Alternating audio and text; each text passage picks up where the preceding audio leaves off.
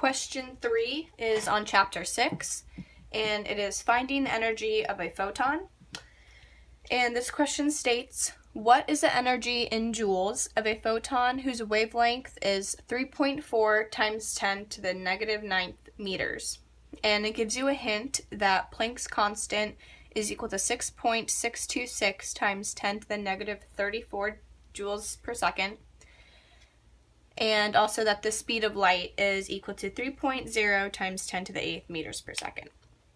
So this question, the equation for this is E equals hc divided by the wave. So its energy is equal to Planck's constant times the speed of light divided by the wavelength, which is given, and then these two are in the hints because those are constants. So we can plug in, and we have everything that we want in units. So we want the wavelength in meters, we have it in meters, and we are looking for it in joules. So we'll start with E equals, so then we'll just plug in H here, 6.626 times 10 to the negative 34. Multiply that by C, or speed of light, which is 3.0 times 10 to the 8th. And divide that by the wavelength of the photon, which is 3.4 times 10 to the negative 9th.